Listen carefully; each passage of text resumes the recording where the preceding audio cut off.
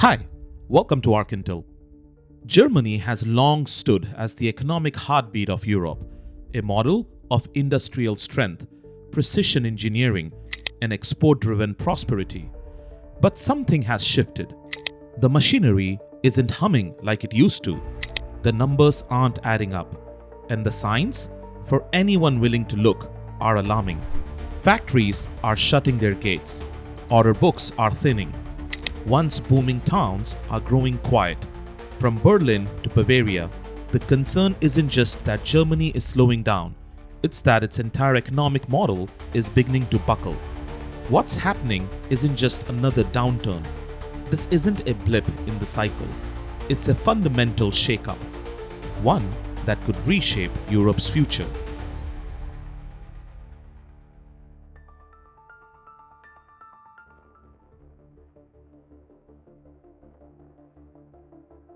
The first pressure point is energy, and it's not a minor inconvenience. It's an existential threat. Before 2022, Germany's industrial might was fueled by a hidden advantage: cheap Russian natural gas. Over half of its gas came from Russia, keeping factories running and heating costs low. But the war in Ukraine shattered that stability. Suddenly, the flow stopped, and Germany, which had already begun shuttering its nuclear plants and moving away from coal, had few options left. It turned to liquefied natural gas, shipped in from distant suppliers like the US and Qatar. But liquefied natural gas, or LNG, is far more expensive, and Germany had to build entirely new infrastructure just to receive it. Industrial electricity prices have surged, delivering a major shock to a country whose heavy industry depends on stable, affordable power. The damage was immediate. Chemical plants, steel mills, glass manufacturers, all industries that can't afford power fluctuations began to scale down or relocate. Germany's chemical giant BASF cut production and shifted billions in investment to the US, where energy is cheaper and government subsidies are flowing. Smaller firms followed, some closing altogether, others outsourcing to Asia or Eastern Europe. What began as an energy shock has morphed into an existential question. Can Germany remain a manufacturing powerhouse if it no longer has access to affordable, stable energy?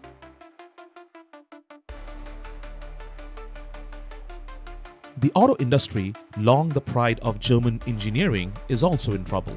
Not because demand has vanished, but because the game has changed, and Germany didn't keep up. For decades, German automakers dominated the global market with luxury, performance, and reliability. Mercedes, BMW, Volkswagen, they aren't just cars, they were status symbols. But the shift to electric vehicles has exposed a vulnerability. German brands were slow to adapt. While they debated strategy and preserved legacy combustion engines, new players raced ahead. In China, which is now the largest EV market in the world, German manufacturing have lost ground fast. Once holding commanding positions, they have seen their market share fall dramatically. Domestic Chinese companies like BYD and NIO now offer cheaper, high-tech alternatives with shorter development cycles and deeper integration into China's smart mobility ecosystem. German cars, once aspirational, are increasingly viewed as outdated in this space. At home, the transition to electric vehicles hasn't been smooth either. Infrastructure lags behind, consumer adoption is slower than projected, and regulatory uncertainty is creating friction. Add to that the EU's strict mandates to eliminate combustion engines by 2035, and you get an industry caught between regulatory pressure and declining global competitiveness. Even Tesla, which opened a massive gigafactory outside Berlin, has done little to shift momentum in favor of German manufacturers.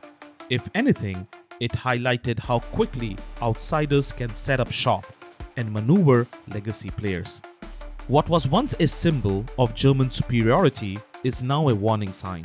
The world moved, and Germany hesitated.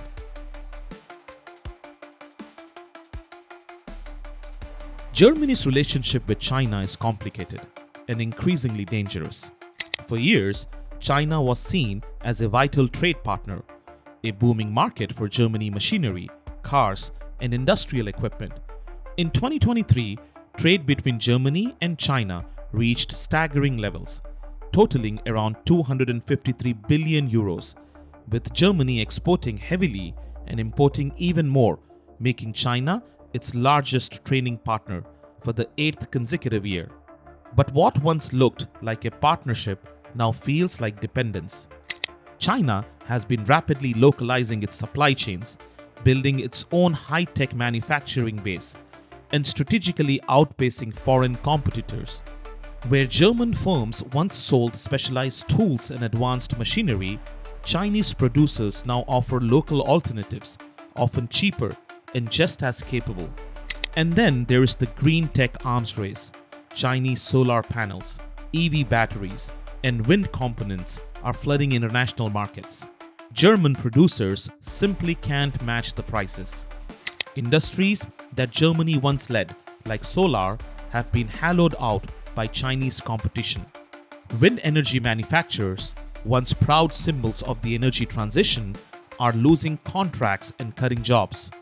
Beyond goods, the competition extends into knowledge and innovation. German universities and R&D institutions are seeing a brain drain as Chinese talent returns home and international research partnerships grow more cautious under geopolitical tensions. There is no longer a complementary trade relationship. It's a rivalry, and Germany seems to be on the losing side. Numbers only tell part of the story. The real damage lies in perception and sentiment. Germany has long been seen as a model, fiscally disciplined, politically stable, and economically sound.